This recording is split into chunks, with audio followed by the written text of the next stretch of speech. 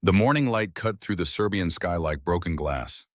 Eleanor Brooks sat in the back of an armored SUV, watching her father's sedan roll through the narrow streets of Belgrade.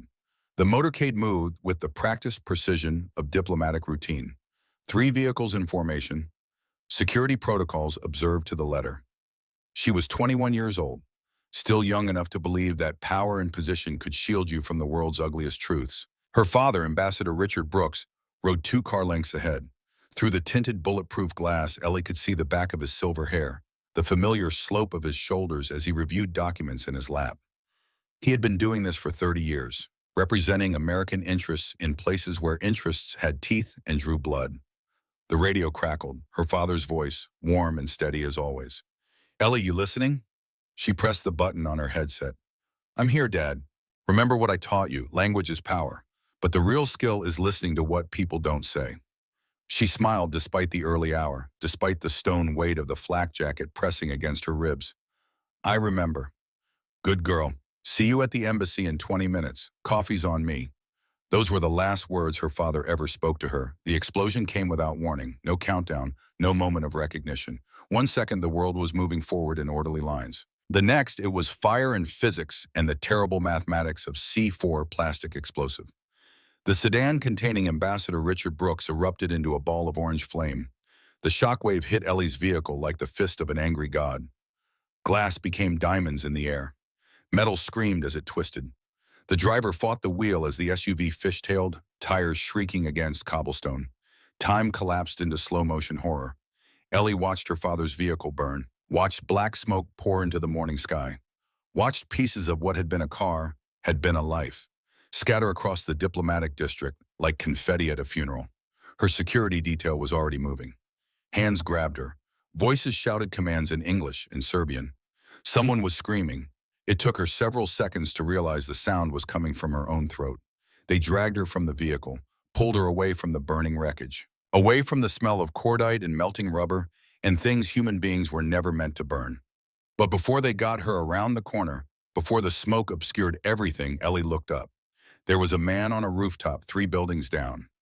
Dark suit, watching, not running, not panicking like everyone else in the street, just watching the flames with the cool assessment of a craftsman admiring his work. Sunlight caught something on his hand, a ring, large, ornate, an eagle grasping a sword. Then he turned and disappeared. The official report would call it a terrorist attack, Serbian nationalists retaliating for American foreign policy. The investigation would run for 6 months before quietly closing. No arrests, no justice. Just another name on the long list of diplomats who died in service to their country. But Ellie knew, terrorists don't use surgical C4 placements. They don't time detonations to catch a specific vehicle in a moving convoy. And they sure as hell don't wear Italian signet rings while they watch their handiwork. Someone wanted her father's silence.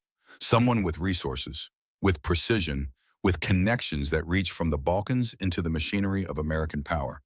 And that someone was still out there, breathing, smiling, wearing his eagle ring. The copper rose set on the corner of 47th and 10th like a bad tooth in a worse smile. Neon signs buzzed and flickered, casting red and blue ghosts across rain-slick pavement. Inside, the air was thick with the smell of stale beer, fried food, and the particular desperation that came from men drinking to forget things they could never quite escape. Eleanor Brooks, 26 years old now, 5 years deep into a life she'd never planned, wiped down table 4 with mechanical efficiency. The rag in her hand was gray with use. Her apron bore the archaeological record of 1,000 spilled drinks. Her hair, dark chestnut brown, pulled into a messy ponytail, had long ago given up any pretense of style. Invisibility was a skill she had mastered. The regulars knew her as Ellie, the quiet girl who never messed up an order, never asked questions, never drew attention. To them, she was furniture, background noise in the symphony of their small, hard lives. That was exactly the point. Tommy O'Brien sat at the bar nursing his 3rd whiskey of the evening. Dock worker, Irish to the bone, hands like hammers, and a face that had lost more bar fights than it had won. He raised his glass to Ellie as she passed. "Another round when you get a chance, sweetheart." "Coming up, Tommy." Officer Maria Rodriguez occupied her usual booth by the window. Beat cop from the local precinct, 45, and tired in ways that went deeper than just missing sleep.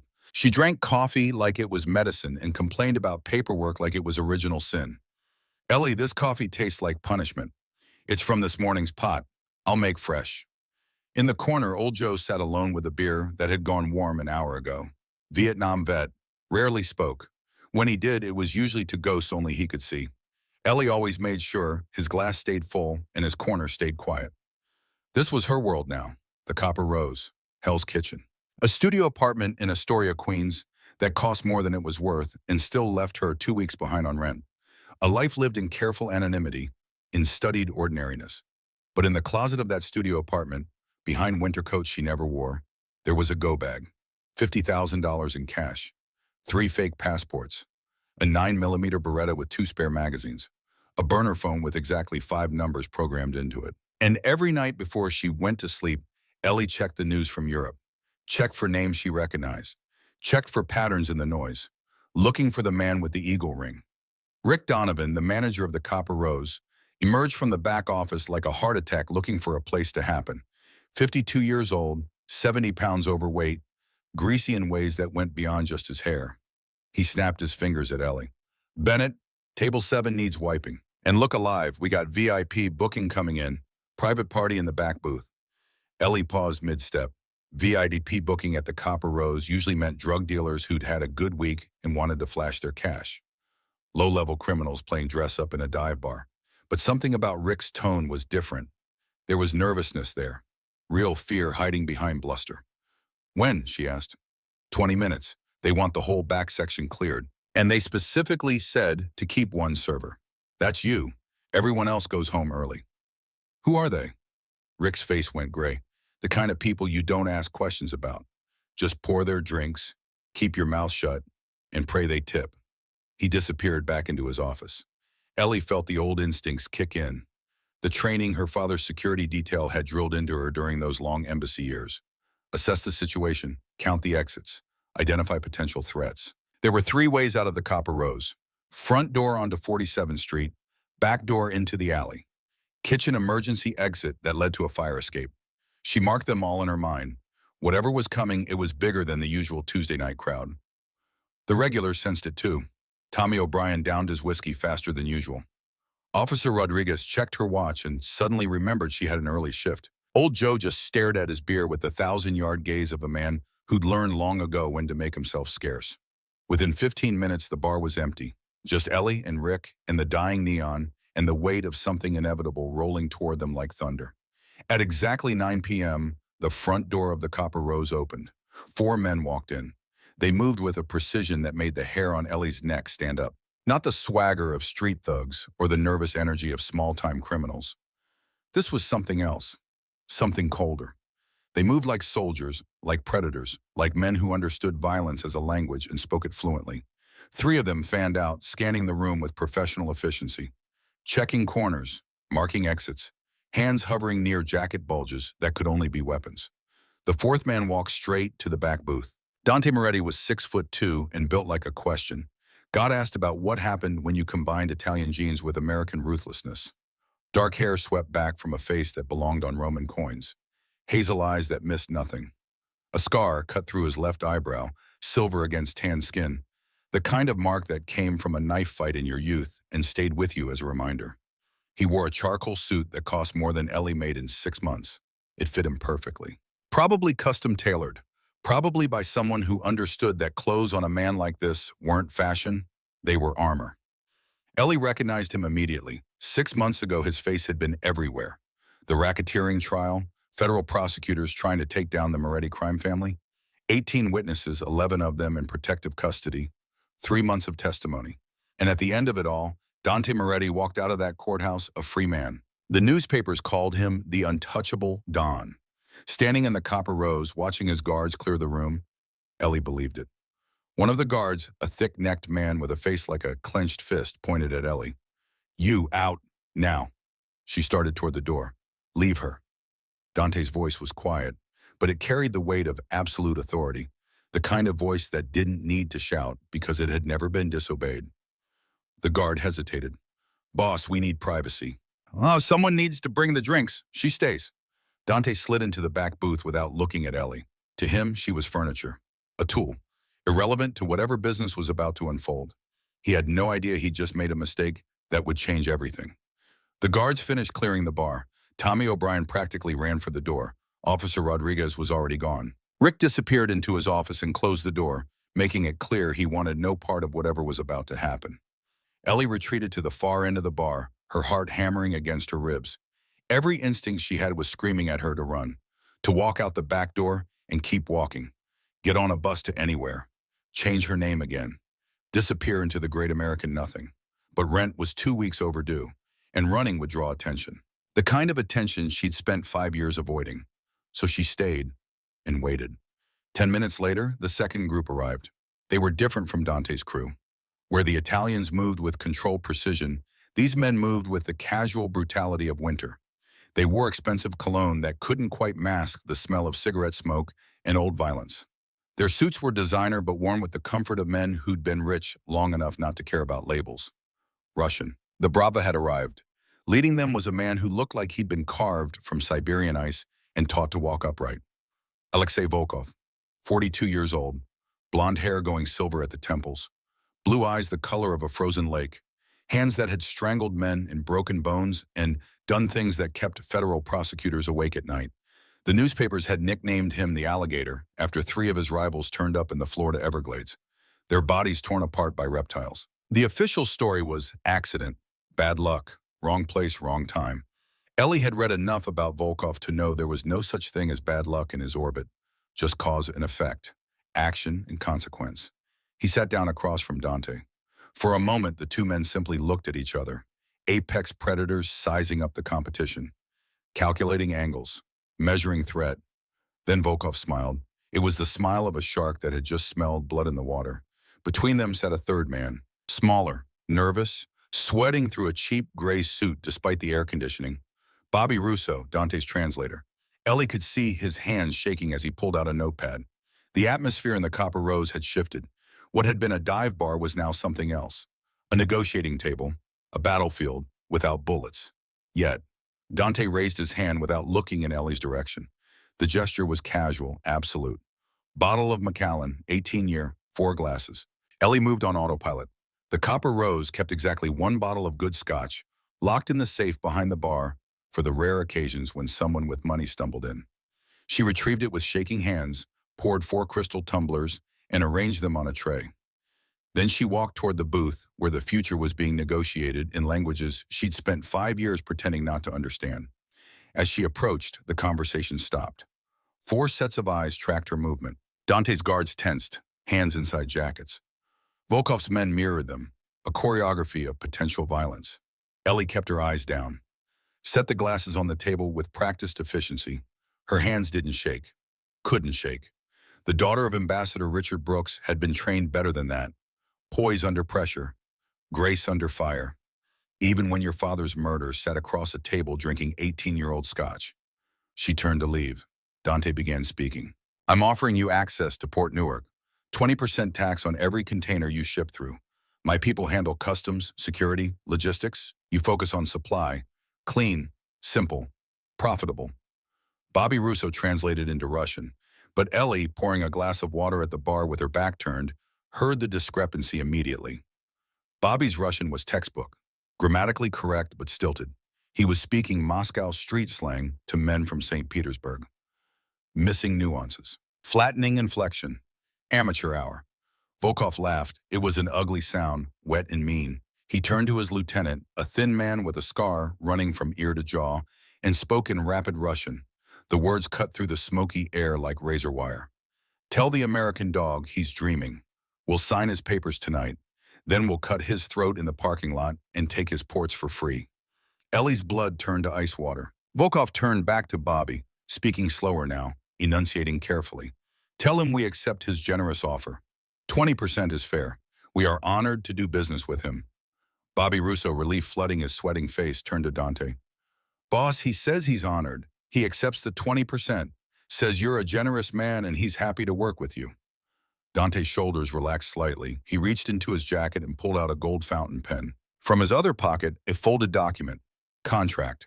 Pre-printed, spaces left blank for signatures and terms. He uncapped the pen with the smooth motion of a man who'd signed 1,000 deals. The tip hovered over the signature line. And Ellie realized three things in the space of a single heartbeat. First, if Dante signed that contract, he would be dead before midnight. Second, the Russians would kill everyone who'd witnessed the negotiation. Every loose end tied off with bullets. Third, that meant her. The training her father's security detail had beaten into her during those long embassy years came flooding back. The lessons about reading rooms, about understanding that translation wasn't just vocabulary, it was intention, context, the space between words where truth lived. Her father's voice in her memory, as clear as the radio transmission 5 years ago. Language is power, Ellie, but the real skill is listening to what people don't say. She looked at Volkov, at the predatory smile, at the lieutenant's hand under the table, gripping what could only be a weapon, at Dante, seconds away from signing his own death warrant. Ellie made a choice. She grabbed the bottle of Macallan from the bar, walked back to the booth with quick, purposeful steps, and slammed the bottle down on the table with enough force to make the crystal glasses jump. The sound cracked through the room like a gunshot. Every eye snapped to her. Dante turned his head slowly, really looked at her for the first time.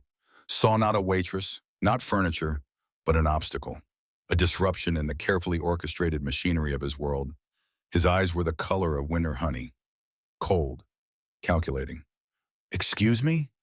His voice was dangerously soft. One of the guards, the thick-necked one, stepped forward. "Get the girl out of here before I—" "Don't sign it!" Ellie's voice was steady. 5 years of hiding, of being small and invisible and safe, evaporated in 3 words. The daughter of Ambassador Richard Brooks stood in that dive bar and made herself seen. "What did you just say?" Dante asked. Behind him, Tony Greco, his head of security, moved toward her. "Boss, let me handle this." "He's lying to you," Ellie pointed at Bobby Russo, "and your translator is incompetent." Bobby's face went purple. "You need to shut your mouth right now. I speak fluent Russian.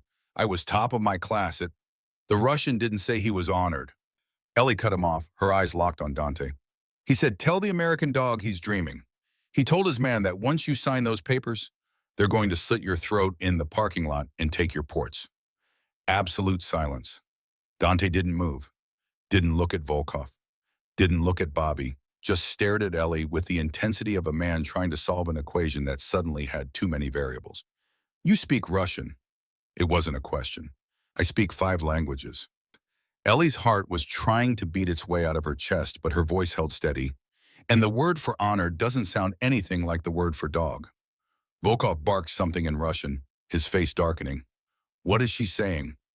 Without hesitation, without thinking, letting muscle memory and years of diplomatic training take over, Ellie responded in flawless Petersburg Russian, the refined dialect of the educated elite, not the street slang of Moscow criminals. "I'm telling him that you lack the honor to do business like a man, Alexei Volkov. So you resort to knives under tables and lies in translation. Coward tactics for a coward soul." Volkov's face went from red to purple. He stood up so fast his chair toppled backward. "Who are you?" Dante raised one hand. The motion was small, barely a gesture, but every guard in the room reacted instantly. Dante's men drew weapons. Volkov's men mirrored them. Within 2 seconds, 6 guns were pointed across the booth in a perfect Mexican standoff. Fingers on triggers, safeties off, death waiting for someone to blink. The Copper Rose, which had hosted 10,000 drunken arguments and 100 bar fights, had never seen anything like this. The neon beer signs buzzed and flickered. The jukebox in the corner played some forgotten 80s ballad.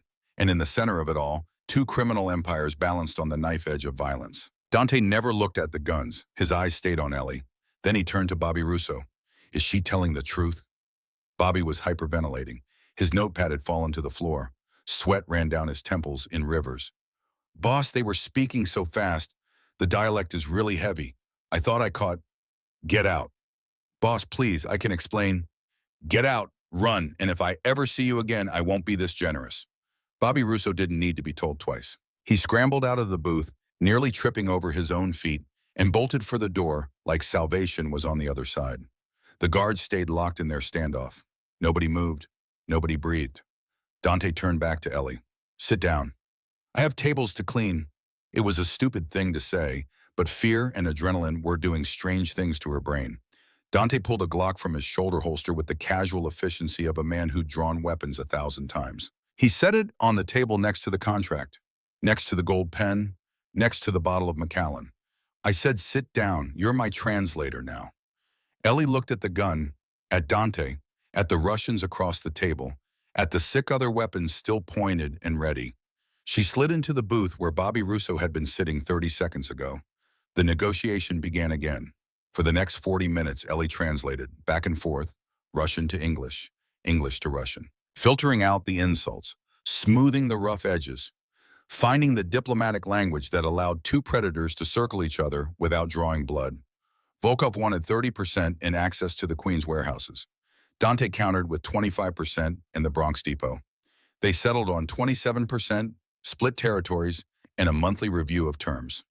No contract was signed, the trust was gone, but an understanding had been reached. When it was over, when hands were shaken with all the warmth of boxers touching gloves before a fight, Volkov stood, buttoned his jacket, looked at Ellie with something that might have been respect in a different man, but in him looked more like hunger. You are wasted pouring drinks, girl. He said it in Russian. Ellie answered in the same language. And you are wasted killing rivals when you could build an empire. Volkov laughed, actually laughed. Then he and his men walked out of the Copper Rose, back into the New York night where they belonged. The door closed. The guns disappeared back into holsters. And Ellie was alone with Dante Moretti and his crew. Dante poured himself a glass of Macallan, drank it in one long swallow, set the glass down with careful precision. Then he turned to her. Who are you?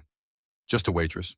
No, he stood up, and Ellie was reminded exactly how large he was, how much space he took up, how the air around him seemed to compress under the weight of his presence. You just saved my life. You heard details of a multi-million-dollar criminal conspiracy. You speak Russian like you were born in St. Petersburg. I have a good ear for languages. Bullshit. Dante stepped closer. I've employed translators who couldn't do what you just did. Who are you? Tony Greco appeared at Dante's shoulder. Boss, what do you want to do with her? Dante studied Ellie like she was a puzzle he couldn't quite solve, like she was a playing card that had appeared in his hand from a deck he thought he knew. Grab her coat, he said finally. Excuse me? Ellie took a step back. You're not safe here. Volkov knows your face now. You embarrassed him in front of his men, made him look weak. If I leave you here, you'll be dead by morning. That's my problem. Dante reached out and touched her chin, tilted her face up so she had to meet his eyes. His hand was warm, calloused, surprisingly gentle. It's my problem now, he said quietly. You're coming with me. Before Ellie could protest, Tony Greco was holding her jacket. Marco Valle, another of the guards, had checked the street outside. The decision had been made. She was being removed, extracted, saved or kidnapped, depending on how you looked at it. 5 years of hiding, 5 years of being invisible, 5 years of running from the people who killed her father.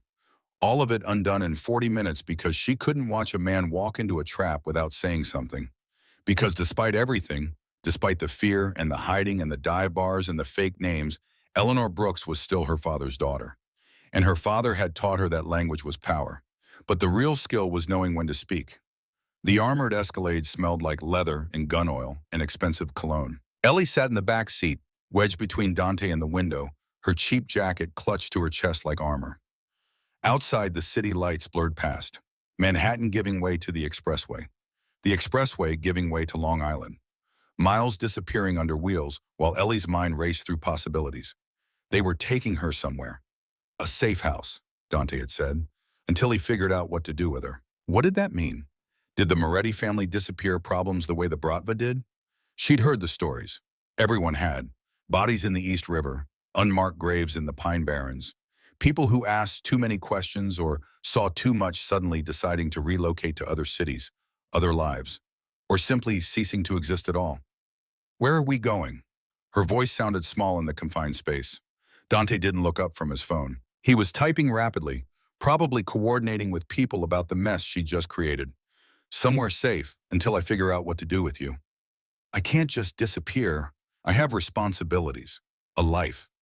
Now he did look at her, one eyebrow raised. A life? You mean that studio apartment in Astoria where you're 2 weeks behind on rent? The bar job that pays minimum wage plus tips you split with a manager who skims 20%? That life? Ellie's blood went cold. How do you... I know a lot of things. Dante went back to his phone. And I'm about to know a lot more, starting with who you really are. They drove for 45 minutes, long enough for Ellie to realize they'd left the city completely. Long enough for the houses to get bigger, the lots to spread out, the fences to get higher, and the gates to get more elaborate. Old money country, where the truly wealthy went to pretend they weren't afraid of the city they'd made their fortunes in. The Escalade turned through iron gates that opened automatically, rolled up a gravel drive lined with old growth trees, stopped in front of a house that looked like someone had taken a European villa and transplanted it to Long Island. Marble, columns, perfectly manicured grounds even in October. Not a house, an estate, a fortress dressed up as elegance. Dante got out. Ellie stayed in the vehicle until Tony Greco opened her door. It wasn't a request. Inside, the foyer was bigger than her entire apartment. Marble floors, crystal chandeliers, art on the walls that looked like it belonged in museums. Everything was beautiful and cold and clearly meant to impress. An older man appeared from a side hallway, 60, maybe 65, British accent clinging to his vowels despite what must have been decades in America. White hair, ramrod straight posture, the kind of bearing that suggested military background, special forces, the sort of training that stayed with you forever. "Mr. Moretti," he said, "I wasn't expecting you this evening." "Change of plans, James. We have a guest. Set up the blue room. Get her whatever she needs. Clothes, toiletries, food." James glanced at Ellie's stained apron, her cheap shoes, her general air of not belonging in a place like this. "Of course, sir. What should I do with her current attire?" "Burn it." Ellie bristled. "This uniform costs $15. I'll reimburse you." Dante started walking toward what looked like a study or office. Heavy wooden doors, the kind of room where serious business happened. Ellie called after him. "Wait." He stopped, turned. "Why?" she asked. "Why didn't you just kill me? It would have been easier, simpler, one less witness." Dante looked at her for a long moment, really looked at her. Not the way he'd looked at her in the bar, when she was furniture. Not the way he'd looked at her during the negotiation when she was a useful tool. This was different. This was assessment, calculation, curiosity. "Volkov was right," he said finally. "You were wasted pouring drinks. I need a translator. My last one just resigned." "I didn't apply for the job." Something that might have been a smile touched the corner of Dante's mouth. It didn't reach his eyes. "In my world, you don't apply. You're chosen." He disappeared into the study and closed the door. James the butler touched Ellie's elbow gently. "This way, miss. Let's get you settled." Ellie followed him up a grand staircase that probably cost more than everything she had owned in her entire life, down a hallway lined with more expensive art, to a door that opened onto what he called the blue room. It was a suite, not just a bedroom, but an entire living space. King-sized bed, sitting area, bathroom that looked like a luxury hotel. Windows overlooking grounds that stretched into darkness. "I'll bring you some clothing options shortly," James said. "In the meantime, please make yourself comfortable. If you need anything, there's a phone by the bed. Dial 9. He left, closing the door softly behind him. Ellie stood in the center of the blue room and tried to process what had just happened to her life. 6 hours ago, she'd been wiping down tables at the Copper Rose. Now she was standing in a mansion on Long Island, essentially prisoner of the Moretti crime family, because she'd saved a Mafia boss from a Russian assassination attempt. She walked to the window, looked out at the grounds. Even in the dark, she could see the security. Men with dogs patrolling the perimeter, cameras on the corners of the house, lights on motion sensors. This wasn't just a home, it was a compound. She tried the door handle, locked from the outside. Of course it was. Ellie sat on the edge of the bed and put her head in her hands. She'd broken her cover, exposed herself, spoken perfect diplomatic Russian in front of people who would absolutely report that information to anyone who cared to ask. And somewhere in Europe, someone might hear about it. Someone who wore an eagle ring and remembered Belgrade. Someone who'd spent 5 years thinking Eleanor Brooks had died in that explosion, or disappeared into witness protection, or simply given up. Now they'd know she was alive, and they'd come looking. She should run. Tonight. Pick the lock on the door, find a way past the security, get to the road and hitchhike back to the city. Grab her go-bag and catch a bus to anywhere. Phoenix, Seattle, some small town in Montana where she could disappear again. But even as she thought it, she knew it was too late. She'd been seen. Not just by Volkov and his Russians, but by Dante's entire crew, by whoever Dante reported to, by whatever network of information and intelligence the Moretti family operated. She was in the system now, visible, exposed. And if she ran, it would only make her more interesting, More worth investigating. No, she had to play this out. Had to convince Dante Moretti that she was exactly what she appeared to be. A waitress with an unusual education. Nothing more. No threat, no conspiracy. Just a girl who happened to speak Russian. The lock on the door clicked. Ellie's head snapped up. The door opened. But it wasn't James with clothing options. It wasn't Dante coming to interrogate her. It was a woman. Late 20s. Stunning. Platinum blonde hair that fell in perfect waves. A dress that probably cost more than a used car and fit like it had been sewn onto her body. Heels that added 3 inches to an already impressive height. And in her right hand, held with casual competence, a Beretta 92 FS with a suppressor screwed onto the barrel. She stepped into the room and closed the door behind her. Her eyes were glassy, pupils pinpoint small. Whatever she was on, it was making her dangerous in ways that had nothing to do with the gun. "So," she said, her voice honey and poison mixed together, "you're the new translator." Ellie stood slowly, hands visible, non-threatening. "I think there's been a misunderstanding." The woman laughed. It was not a sane sound. "Dante doesn't bring translators home to the estate. He brings mistresses, flavors of the month. And I don't like sharing." She raised the gun, pointed it at Ellie's chest, and smiled. Eleanor Brooks stared down the barrel of a suppressed Beretta and felt time slow to a crawl. The woman holding the gun was high. That much was obvious. Her pupils were pinpoints despite the dim lighting. Her jaw worked back and forth with the telltale grind of cocaine or amphetamines. Sweat beaded on her upper lip despite the cool air conditioning. Dangerous. Unpredictable. Operating on a cocktail of chemicals and jealousy, and whatever twisted logic had convinced her that murder was a reasonable response to perceived romantic competition. Ellie raised her hands slowly, palms out. Non-threatening, submissive, playing the role of terrified waitress. But her mind was calculating distances, angles, timing. The woman was 3 feet away, close enough that the suppressor wouldn't matter. The slide action on the Beretta would still make noise. Enough noise that the guards patrolling outside would hear it. "I think you have the wrong idea," Ellie said, keeping her voice calm, steady. "I work at a dive bar. I smell like French fries. You're beautiful. There's no competition here." The woman's face twisted. "You think I'm stupid?" Pretty in a mousy, tragic way. That's what Dante likes. Broken things he can fix. Projects. I've seen it before. She stepped closer, the gun barrel now inches from Ellie's chest. Fatal mistake. Ellie had learned hand-to-hand combat from Israeli instructors her father had hired during their posting in Tel Aviv. Krav Maga, the martial art developed for street fighting and survival. No tournaments, no honor, just brutal efficiency.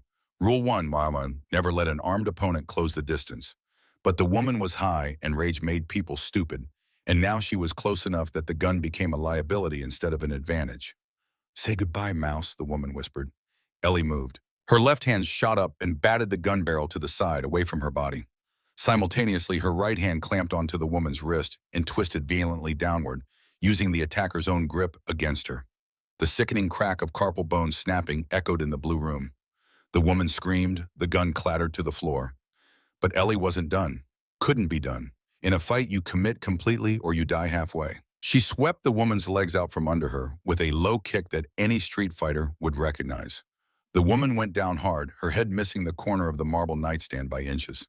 Before she could recover, before she could think about scrambling for the dropped weapon, Ellie was on top of her, knee pinning the woman's good arm to the carpet, forearm across the throat. Not enough pressure to kill, just enough to terrify.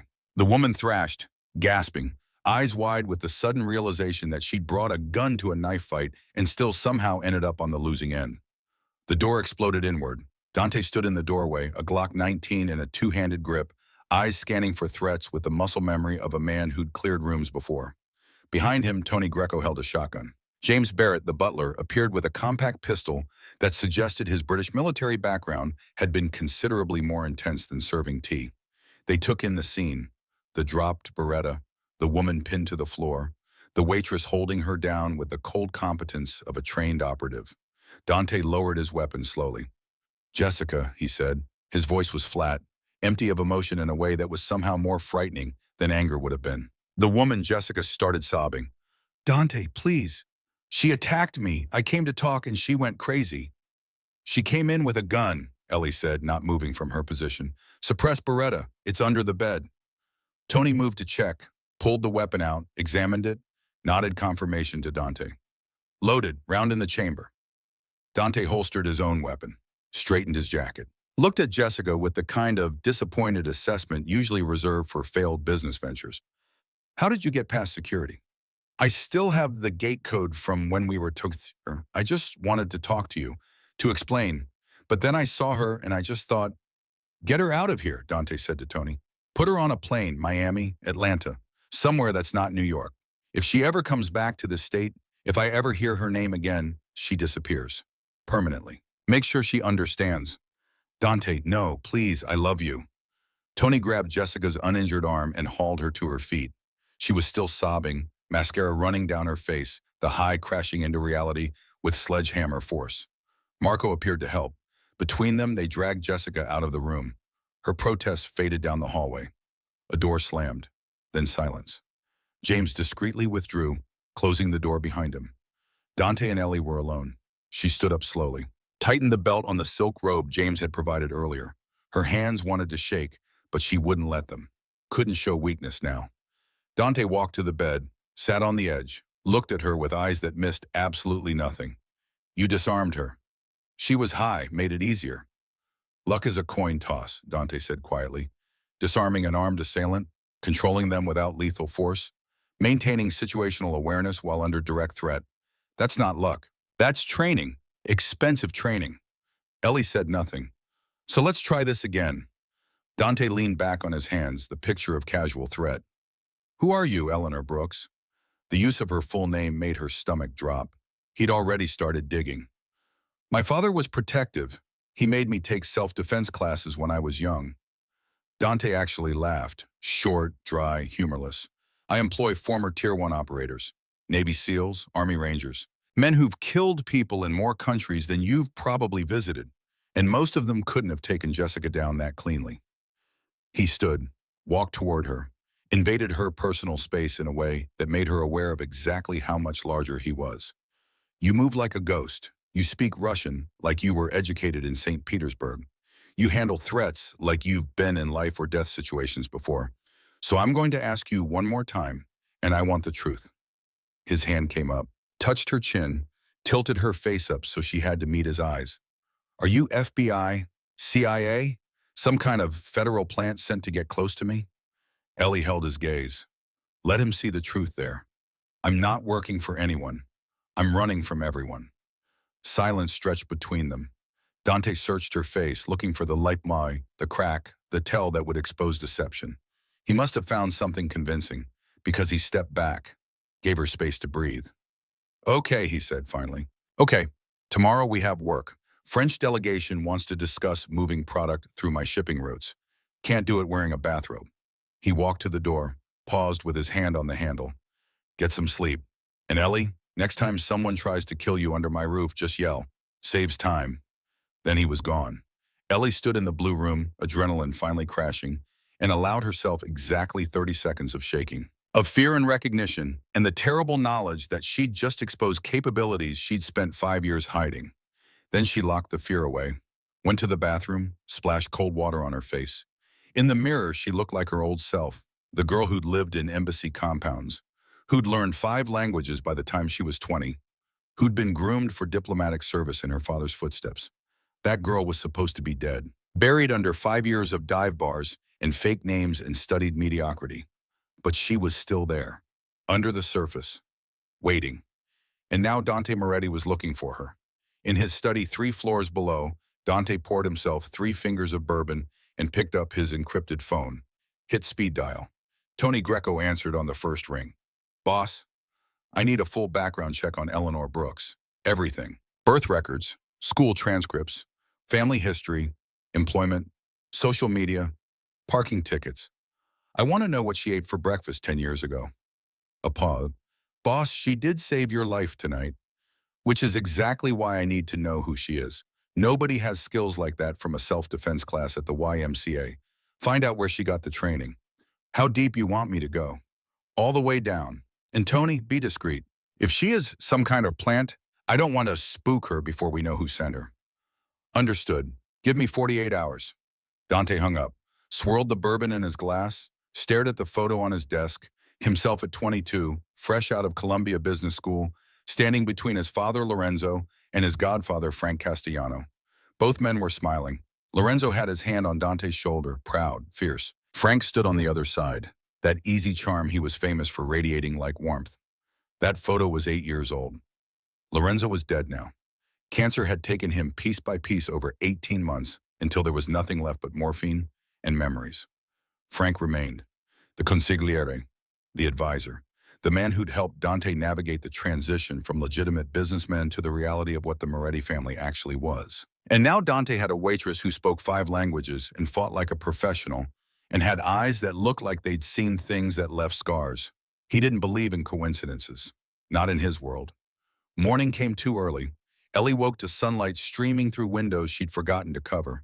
For a disorienting moment, she didn't know where she was. Then memory crashed back. The copper rose. The Russians, Jessica, and the gun. She was in the Moretti compound, essentially prisoner. There was a knock on the door. James entered carrying a breakfast tray and several garment bags.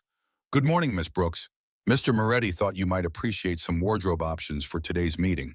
He laid the garment bags across a chair, unzipped them to reveal several outfits. But these weren't the cocktail dresses or revealing clothes she'd expected.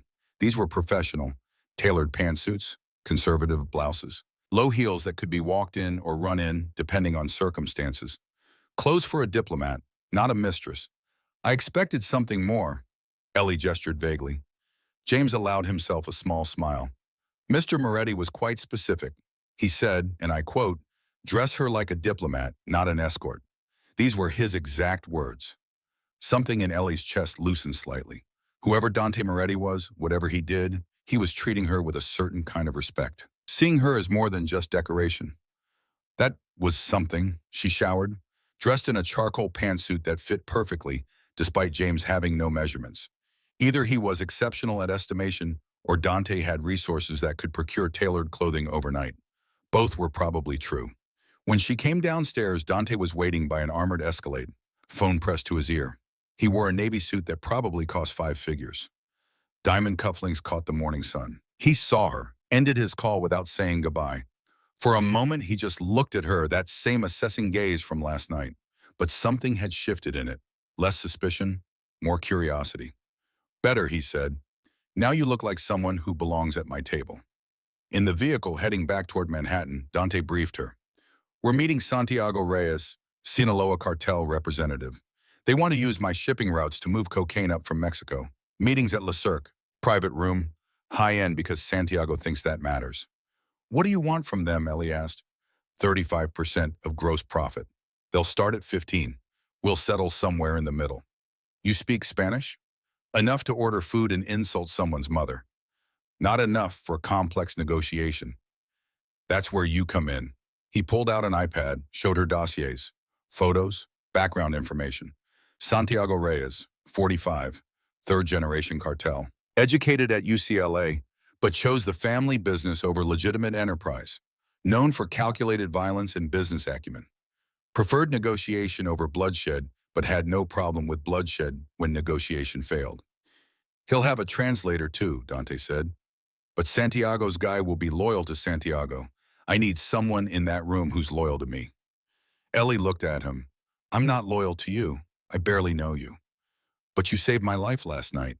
And again this morning when you didn't kill Jessica and claim self-defense, that earns you a chance to prove loyalty. And if I don't want to be loyal," Dante's expression didn't change, "then you're a liability, and I don't keep liabilities." The threat hung in the air between them, unspoken but perfectly clear. Ellie turned to look out the window, watched New York scroll past, the city she'd hidden in for 5 years. The city that might become her grave if she made the wrong choices in the next few hours. "One question," she said. "Ask. The woman last night, Jessica, who was she to you?"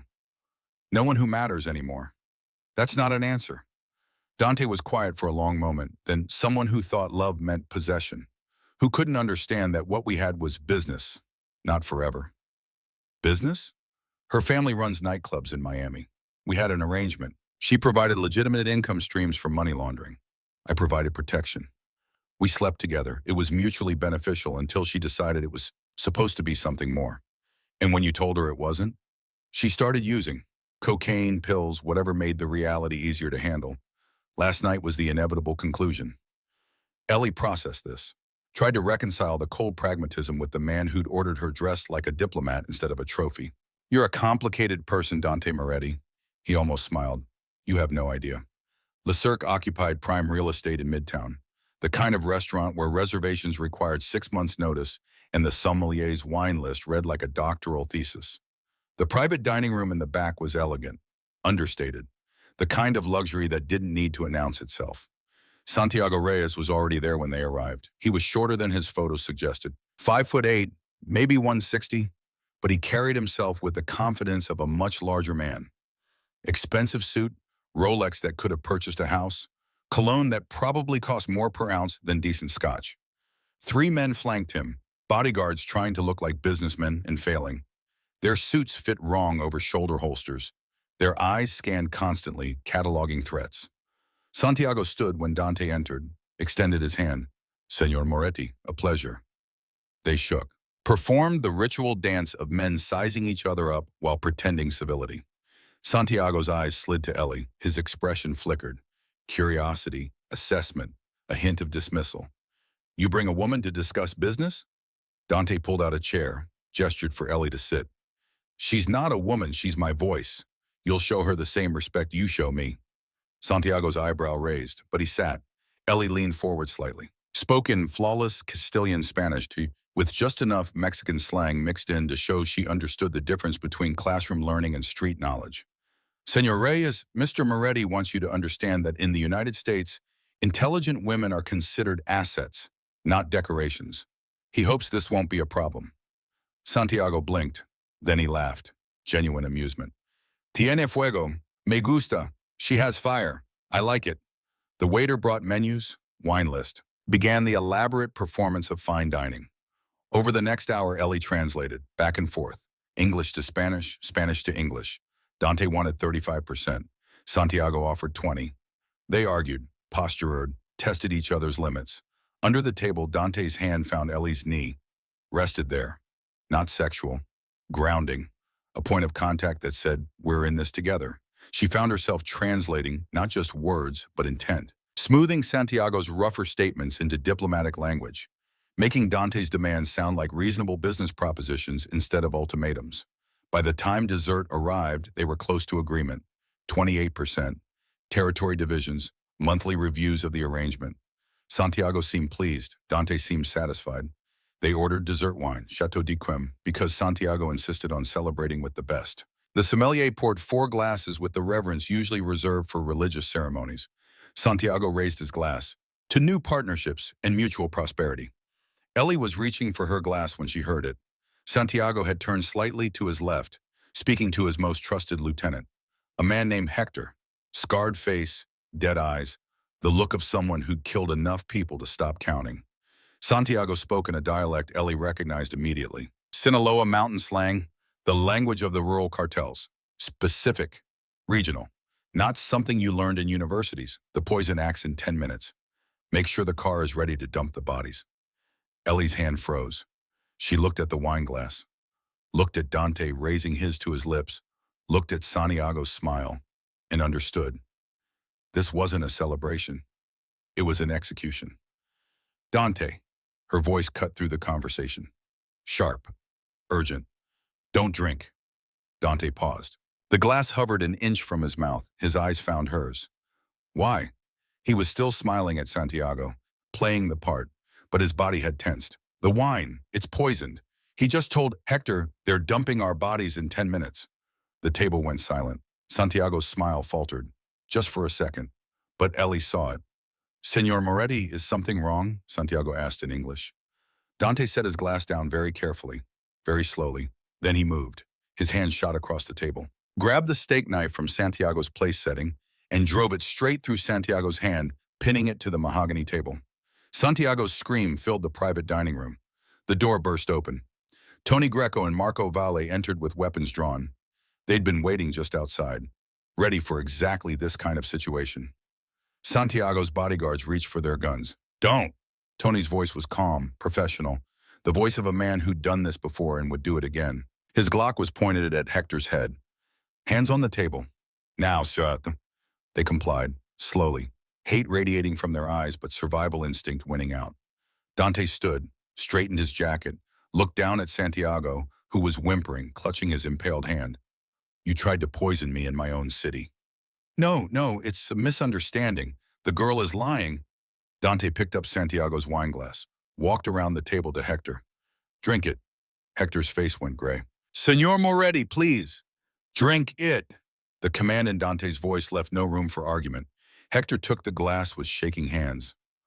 Looked at Santiago, silently pleading. Santiago said nothing, just stared at his pinned hand, blood pooling on expensive wood. Hector drank. 20 seconds later, he collapsed. Foam bubbled from his lips. His body convulsed once, twice, then went still. Cyanide, fast-acting, brutal, effective. Dante looked at Santiago. Get him out of here. Leave him breathing. For now, I might have questions later about who ordered this. Tony and Marco moved efficiently, pulled the knife from Santiago's hand, zip-tied his wrists, dragged him toward a service exit where presumably a vehicle waited.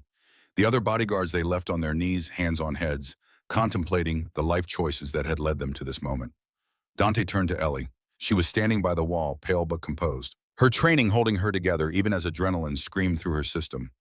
He walked over, stopped inches away, close enough that she could smell his cologne, see the gold flecks in his hazel eyes. You saved me again.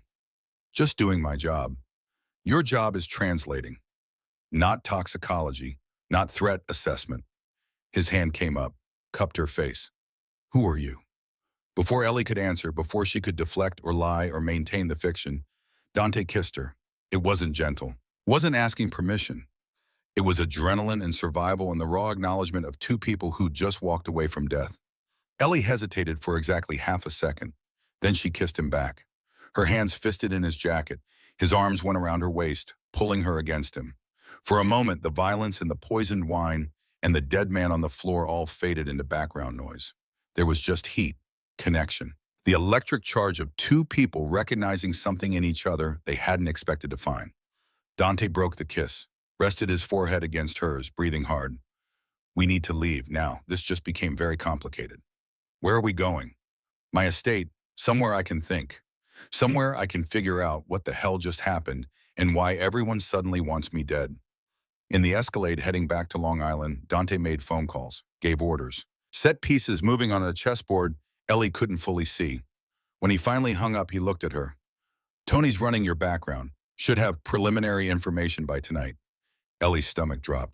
I told you, Please don't insult my intelligence by pretending to be something you're not. His voice wasn't angry, just tired. You speak 5 languages with native fluency. You disarm armed attackers. You recognize obscure regional dialects and identify poisons before they're consumed. That's not normal, Ellie. That's training. Serious, expensive, professional training. She said nothing. So here's what's going to happen. You're going to stay at my estate where I can protect you. Because if Santiago wanted me dead, others will too. And you've made yourself a target by association. And while Tony digs into your background, you're going to think very carefully about whether you want to keep lying to me. And if I don't want to tell you, Dante looked out the window, watched Long Island scroll past. Then I'll find out anyway, but it'll hurt our working relationship. And Ellie, I really hope we can have a working relationship because right now you're the only person in my life I'm reasonably certain isn't trying to kill me. Back at the estate, Dante disappeared into his study. Ellie went to her room, changed out of the pantsuit, sat on the bed and tried to calculate her next move. She could run, grab her things, slip past security somehow, disappear again. But Dante was right. She'd painted a target on herself. Santiago would want revenge. The Russians knew her face. And now the Moretti family was digging into her background. Running would only make her more interesting, more worth hunting. No, she had to see this through, had to convince Dante she was an asset, not a threat. Had to hope that when Tony Greco came back with his findings, they wouldn't include the parts about Belgrade and dead ambassadors and rings with eagles. There was a knock on the door. Come in. Tony Greco entered. He looked like he hadn't slept. Probably hadn't. Boss wants to see you. His study. Now. Ellie followed him downstairs, her heart hammering. This was it. Whatever Tony had found, Dante now knew. The study door was open. Dante sat behind a massive desk, a manila folder in front of him. When he looked up at her, his expression was unreadable. "Sit down, Eleanor." She sat. He opened the folder, pulled out documents, photos, news clippings. Eleanor Marie Brooks, born in Washington, D.C., daughter of Ambassador Richard Nathaniel Brooks, grew up in embassy compounds across 4 continents, educated by private tutors, fluent in 5 languages by age 20. He looked up. "Your father was killed in Belgrade 5 years ago. Car bomb. Official report called it terrorism. But the investigation was closed prematurely due to, quote, political considerations, unquote." Ellie's throat was dry. She couldn't speak. Dante pulled out another document. What the official report didn't include was that your father was investigating money laundering, European politicians connected to American organized crime. He'd identified a broker, someone who facilitated deals between both worlds. He pulled out a photocopy, handwritten, her father's journal. Your father called him the Eagle because of a signet ring he wore, an eagle grasping a sword. Silence filled the study like water filling a sinking ship. "Is that why you're here, Ellie? Revenge? Did you engineer this whole thing to get close to me?" "No," her voice came out barely a whisper. "I've been running, hiding. I just wanted to survive." "Then why save me? Why expose yourself?" Finally, she looked at him, let him see the truth. "Because I couldn't watch another man die when I had the power to stop it. I've seen enough death, lived with enough ghosts." Dante leaned back in his chair, processed this, calculated. "Your father's investigation. Did he identify the Eagle?" "No, he died before he could. But he left notes, clues. That's why you're still looking." It wasn't a question. Ellie nodded. Dante stood, walked to the window, looked out at his estate, his kingdom, his carefully constructed world. "There's something you should know," he said quietly. "The Moretti family has a consigliere, my godfather, Frank Castellano. He was my father's closest friend, helped me take over when cancer took Lorenzo." He turned back to face her. "Frank made 4 trips to Europe 5 years ago. Belgrade, Paris, Berlin, Moscow." Ellie's blood turned to ice. "And Frank Castellano wasn't born with that name. He was born Francesco Borghetti, changed it 30 years ago when he joined our family." Dante pulled something from his pocket, a photocopy of an old photograph, a younger Frank Castellano, smiling, shaking hands with a European politician. And on his hand, clear as day, a signet ring, an eagle grasping a sword. The room tilted. Ellie gripped the arms of her chair to keep from falling. "Your godfather killed my father." "It appears so," Dante said. His voice was hollow, empty. "And if that's true, then he's been using me, using my family, as a front for something bigger." He walked back to the desk, sat down. "So here's what we're going to do, Eleanor Brooks. We're going to find proof, real, undeniable proof. And then we're going to Paris, where Frank is attending an auction next week. And we're going to end this together." "Oh." Ellie looked at him, at this man she'd met less than 48 hours ago, this criminal who'd somehow become her ally. "Why would you help me?"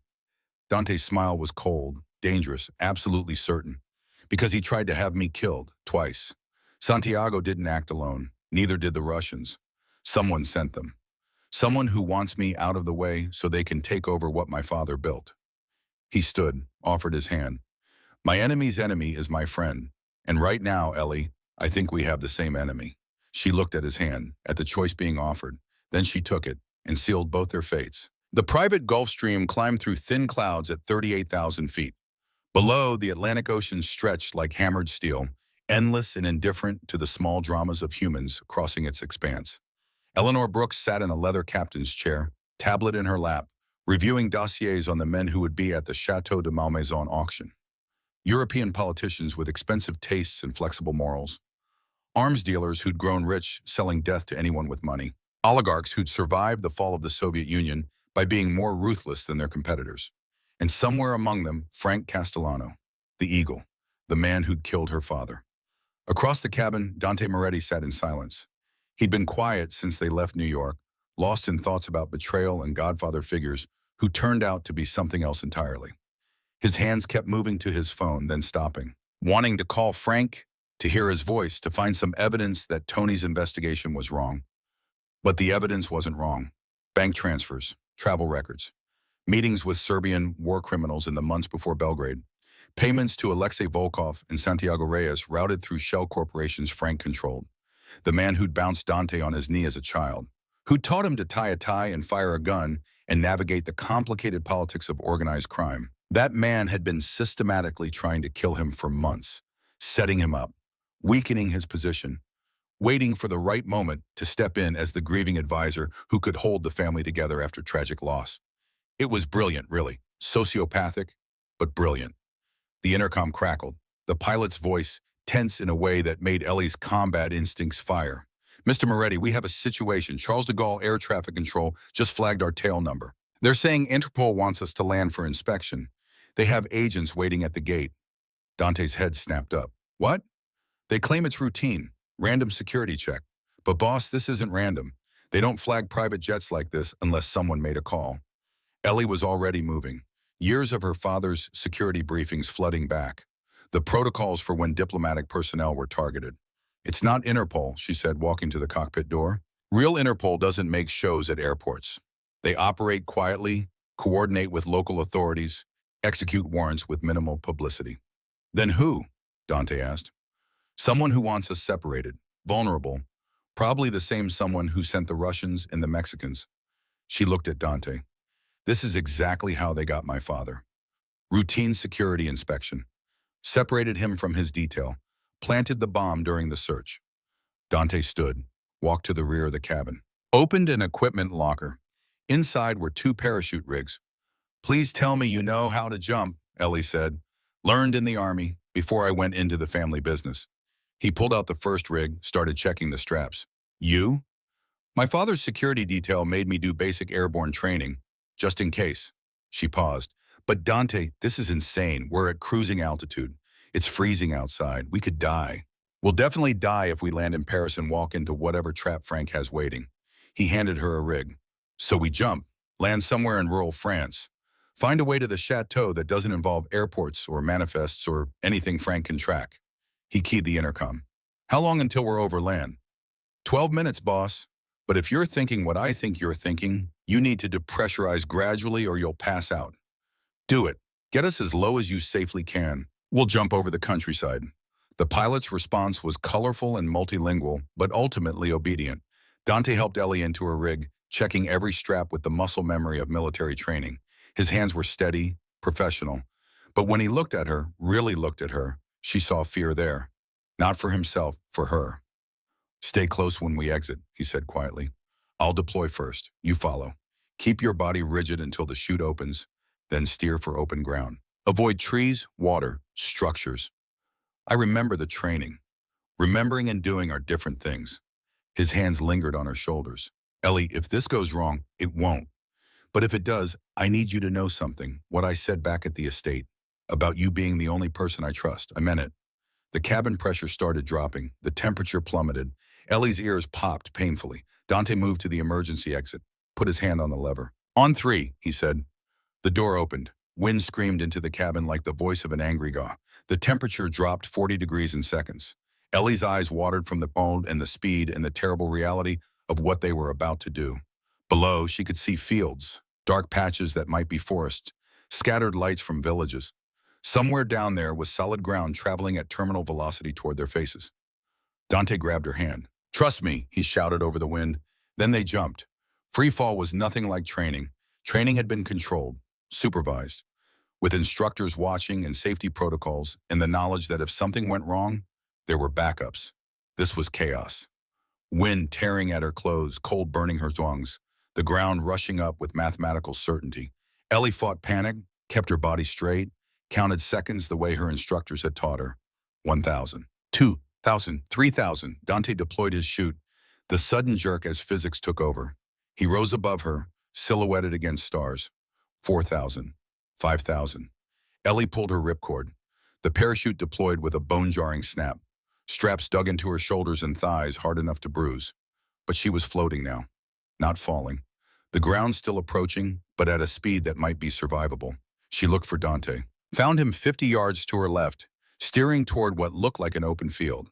She followed. The ground came up fast, faster than she expected despite the training. Her knees bent. She rolled the way she'd been taught, Pain exploded through her shoulder and hip as she hit frozen earth and tumbled. The parachute dragged her 20 feet before she managed to hit the release. Then silence. Ellie lay on her back, staring at stars, doing a mental inventory. Everything hurt, but nothing felt broken. She could move her fingers and toes, could breathe despite the impact having knocked the wind from her lungs. Alive. Improbably, impossibly alive. Footsteps crunched across frozen ground. Dante appeared above her, already free of his harness. Talk to me. Broken bones? Don't think so. Just bruised. Everywhere. He helped her sit up, started working the harness release with practiced efficiency. We need to move. Bury the chutes. Find shelter and transport. If air traffic control tracked our descent, police will be searching. They gathered the parachutes, found a depression in the field, and buried them under dead brush and dirt. Not perfect concealment, but good enough in darkness. Then they walked, 2 miles across frozen farmland, past sleeping villages and barking dogs and the quiet darkness of rural France. Ellie's shoulders screamed with every step. Dante limped slightly, favoring his left leg, but they walked. They found an abandoned barn as the first hints of dawn touched the eastern sky. Inside, under a tarp, sat a rusted Citroen truck that looked like it hadn't run since the 90s. Dante popped the hood, examined the engine with the flashlight from his phone. Think you can hotwire it? Ellie asked. I grew up in Brooklyn. Stealing cars was practically a rite of passage. 20 minutes later, the engine coughed to life. The heater blasted dust and the faint smell of mice. But warm air was warm air. Dante pulled the truck onto a secondary road, started driving toward Paris. Neither spoke for a long time.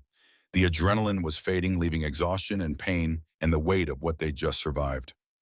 Finally, Ellie broke the silence. Your godfather tried to kill us. Yeah. How does that feel? Dante's hands tightened on the wheel, like everything I thought I knew about my life was a lie. More silence, fields and villages passing in the gray pre-dawn light. When we get to Paris, Ellie said quietly, when we confront him, what are you going to do? I don't know. Part of me wants to put a bullet in his head. Part of me wants answers. Why he did it. If there was ever anything real between us or if it was all calculation from the beginning. And the third part? Dante glanced at her. Wants to make him suffer the way he made me suffer. By taking everything from him. His reputation, his power, his allies. Leave him alive but completely destroyed. That's the part that scares me, Ellie said, because it means you're thinking like him. Maybe I learned from the best. They drove into Paris as the city woke, found Dante's emergency safe house in the Marais district, a third-floor apartment with reinforced doors and a weapons cache hidden behind a false wall. Dante went to shower. Ellie found the coffee maker and started a pot strong enough to strip paint. When Dante emerged dressed in fresh clothes from the safe house stock, he found Ellie at the table with the tablet, going through the decrypted files Tony had pulled from Frank's secured servers. Jesus, she breathed. What?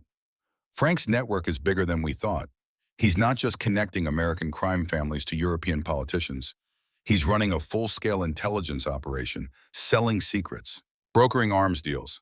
He's got compromat on 12 government officials, payment records showing bribes to 3 senators, and evidence of weapons shipments to at least 4 conflict zones. She looked up at Dante. Your godfather isn't just a criminal. He's built a shadow intelligence agency, and he's been using your family's resources to do it. Dante sat down heavily, stared at the files like they were a cancer diagnosis. How long? Based on these records, at least 15 years, since before your father got sick. So Lorenzo knew? I don't think so. Frank was careful, kept it compartmentalized, used your legitimate shipping business to move weapons, your financial networks to launder money, but always with enough separation that it couldn't be traced back to the main family operations. Dante's phone buzzed. Text from Tony. Boss, I've been trying to reach you for 6 hours. Where the hell are you? Frank is asking questions. Says you were supposed to check in after landing in Paris. Dante typed back, tell him the flight was delayed, mechanical issues. We'll be there tonight. The Chateau auction was that evening. Black tie, invitation only. The kind of event where the world's worst people gathered to buy and sell things that should never be for sale. Art stolen from Holocaust victims. Antiquities looted from war zones. Access to politicians who'd sold their souls so many times they'd lost track of the original price. Ellie showered, changed into the emerald silk gown Dante had procured through channels that didn't ask questions. When she emerged, hair swept up in an elegant chignon, diamond necklace at her throat. Dante stopped mid-sentence in his phone call. Just stared. She raised an eyebrow. Problem? No, no problem. You just look like you could take over a small country. That's the idea. They drove to Chateau de Malmaison as evening fell. The building glowed against the darkening sky like a jewel or a trap, probably both. Luxury cars lined the circular drive, Bugattis and Rolls-Royces, and vehicles that cost more than most people made in a lifetime. Dante parked the stolen Maserati they'd acquired from the safe house garage, stepped out, offered his arm to Ellie. Ready? To confront the man who killed my father while surrounded by international criminals at a black market auction? Sure. What could go wrong? Despite everything, Dante almost smiled. They walked through the massive oak doors into a world of cultivated corruption. The main hall was filled with people who'd learned to hide monstrosity behind tailoring and manners, arms dealers in tuxedos, human traffickers in designer gowns, politicians who'd long ago traded public service for private profit. And on a balcony overlooking the floor, holding court like a king, stood Frank Castellano. He looked older than Dante remembered, silver hair perfectly styled, expensive suit, surrounded by sycophants and power brokers, laughing at something a Russian oligarch had said.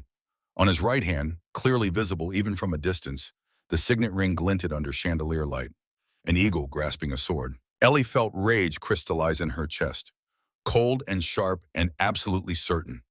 That hand had signed her father's death warrant. Stick to the plan, Dante murmured. Don't let him see you bleed. They ascended the stairs. The crowd parted instinctively. Some recognized Dante. Some simply recognized power when it approached. Frank looked up. The wine glass slipped from his fingers, shattered on marble. The sound cut through conversation like a gunshot. His face drained of color. Dante, my God, the reports said your plane was forced down, that you'd been arrested. Reports of my arrest were greatly exaggerated, Uncle Frank. Dante's voice was smooth, controlled, giving nothing away. Mechanical trouble. We had to land in Lyon. Drove the rest of the way. Frank scrambled to his feet. His eyes darted around the room looking for exits, for allies, for anything that might explain why his carefully orchestrated trap had failed. I was worried. We all were. Just about to organize a search. How thoughtful. Dante gestured to Ellie.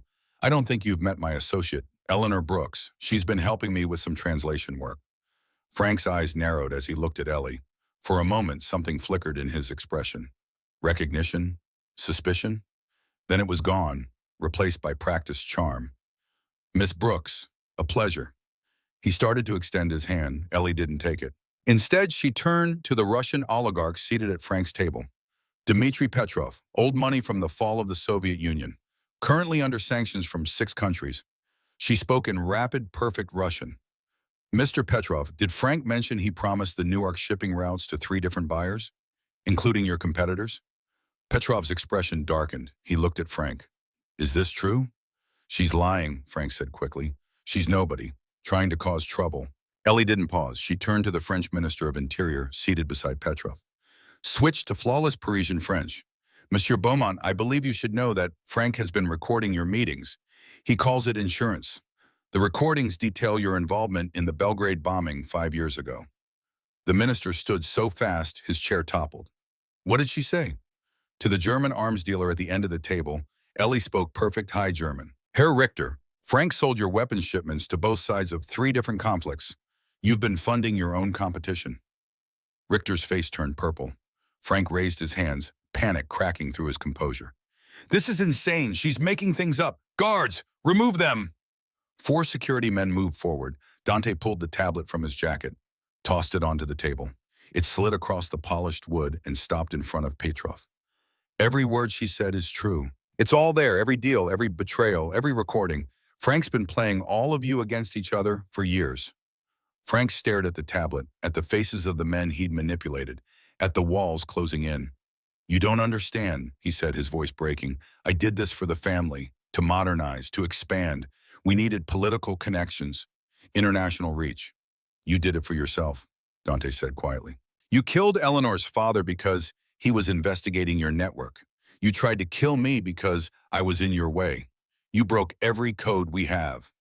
Petrov picked up the tablet, started scrolling. His face grew darker with each swipe. You recorded our conversations? You sold my intelligence to the Germans? No, listen, the files are fake. She manufactured Beaumont's bodyguard grabbed Frank's arm, slammed him back into his chair. "I think Monsieur Castellano needs to explain himself," the minister said coldly. Dante turned to Ellie, offered his arm. "Shall we?" Frank's voice rose behind them. "Dante, please, I'm family. You can't leave me with them." Dante stopped, looked back at the man who'd taught him to shoot, to negotiate, to survive in a world that ate the weak. "In our world, Frank, death is mercy. I'm leaving you with the people you betrayed. They'll be more creative than I would." He and Ellie walked away, down the grand staircase, through the stunned crowd, out into the French night. Behind them, screaming started, then a muffled gunshot, then silence. Dante didn't look back. He walked to the Maserati, leaned against the hood, stared up at stars that didn't care about human dramas of betrayal and revenge. "He's dead," he said. Not a question. "Yes," Ellie confirmed. They stood in silence, processing, the violence behind them, the uncertain future ahead. Finally, Dante turned to her. "You were incredible. 3 languages. Dismantled his entire empire in under 5 minutes. I told you I speak the language of power. You're the most dangerous woman I've ever met." Ellie almost smiled. "Is that a compliment?" "It's a job offer." Dante stepped closer, eliminated the space between them. "I don't want a translator, Ellie. Don't want an employee. I want a partner. Someone who can stand beside me and tell me when I'm wrong in 5 different languages." His hand came up, touched her face. "I love you. Think I loved you from the moment you slammed that bottle down and saved my life." Ellie looked at him, really looked at him, saw past the criminal empire and the violence, saw the man who jumped out of an airplane to keep her safe, who turned on his godfather for her, who'd given her a choice instead of giving her orders. "The future's going to be complicated," she said. "I know. Dangerous. I know. We might not survive it. Then we die trying." He pulled her closer. "But Ellie, I'd rather die trying with you than play it safe alone." She grabbed his lapels, pulled him down, kissed him. This wasn't survival or adrenaline or fear. This was choice, commitment. 2 people deciding that the future was worth fighting for, even if the odds were terrible. When they broke apart, both breathing hard, Ellie rested her forehead against his. "Okay," she whispered. "Okay, let's burn it all down and build something better." Headlights approached, a black Mercedes. Ellie tensed, but Dante touched her arm. "Wait." The car stopped. A man stepped out. German, expensive suit, the arms dealer from Frank's table. Klaus Richter. He approached with his hands visible, non-threatening. "Mr. Moretti, Miss Brooks, I come in peace." "You have 30 seconds, Dante said. "Frank lied to me, cost me millions, damaged my reputation. But you exposed him honestly, with proof." Klaus pulled out a bottle of cognac, Remy Martin Louis XIII. "I propose partnership. I control European logistics. You control American distribution. We share intelligence, split profits fairly." He opened the bottle, took a long drink, waited 30 seconds to prove it wasn't poisoned, then offered it to Dante. Dante looked at Ellie. She assessed Klaus, watched his body language, his breathing, his micro-expressions. Finally, she nodded. Dante took the bottle, drank, passed it to Ellie. Klaus exhaled relief. "My people will contact yours. We negotiate properly." He got back in his Mercedes, paused before closing the door. "Mr. Moretti, your woman who speaks 5 languages? Worth more than 10 armies. You chose well." He drove away into the Paris night. Dante looked at Ellie. "Did we just accidentally build a European alliance?" "I think we did." They both started laughing. The sound echoed across the chateau grounds, releasing tension and fear and the terrible weight of what they'd just survived. 8 months later, Eleanor Brooks stood in a Manhattan penthouse conference room, looking out at the city that had almost killed her and somehow become home. She wore a tailored Armani suit, hair pulled back in a severe professional style, diamond earrings that cost more than her old apartment. Behind her, around a mahogany table, sat representatives from 5 criminal organizations: Russian Bratva, German Logistics Network, Irish Mob from Boston, Colombian Cartel, Mexican Sinaloa delegation. And at the back of the room, standing in shadows, Dante Moretti watched, not leading, observing. Because Ellie didn't need him to lead anymore.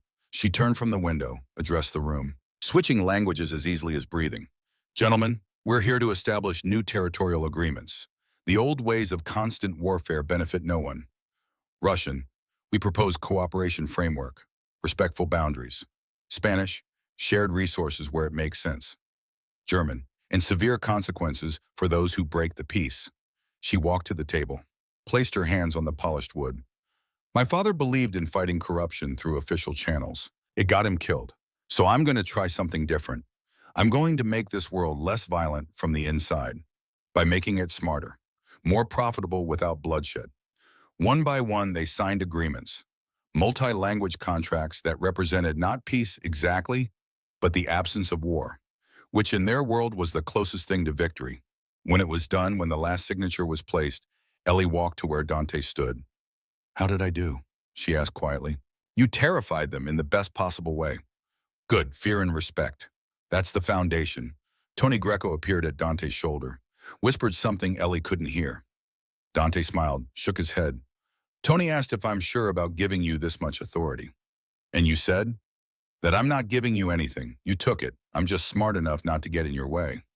Ellie looked out at the city, at the empire they were building together, something her father would have hated and maybe, secretly, understood. "My father used to say that language is power," she said.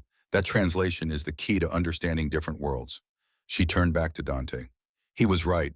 I translate more than words now. I translate intentions, loyalties, futures. They called me a waitress, then a translator. Now they call me other things." "What do you call yourself?" Ellie smiled, cold and certain and absolutely unafraid. "I call myself the voice that makes kings listen. And in 5 languages, I'm teaching them one very important word." "What word?" "Enough." She kissed him. Brief, professional, but with the promise of more later, when the empire was secure and the enemies were sleeping and they could afford to be just 2 people instead of power incarnate. Then Eleanor Brooks, daughter of a murdered ambassador, former waitress, current architect of an international criminal alliance, walked back to her empire, and the city lights below burned like stars.